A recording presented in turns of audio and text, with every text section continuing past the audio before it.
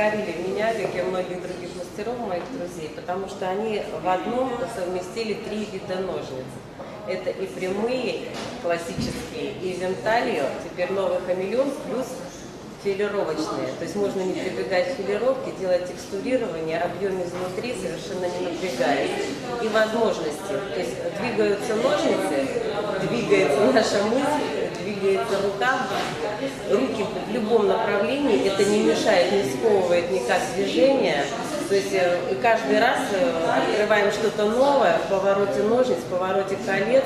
То есть несмотря, что у всех разные руки по величине, пальцы, все к ним приспособиться очень легко. Каждый найдет здесь удобное положение для пальцев. И то есть работы неограниченные можно ними выполнять. То есть большой спектр действий и нашей фантазии.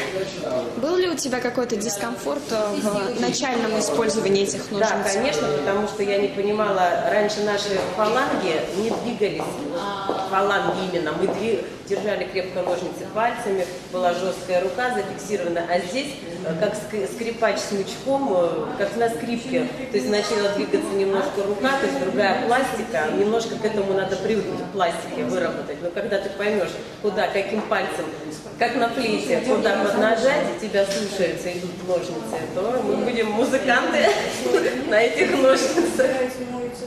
Отлично. Планируешь их использовать в своей работе? Конечно, мне хочется с ними уже спать. Это продолжение моей руки. Что хотелось бы посоветовать своим коллегам?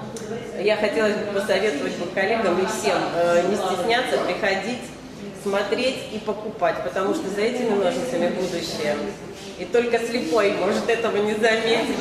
Спасибо. Спасибо.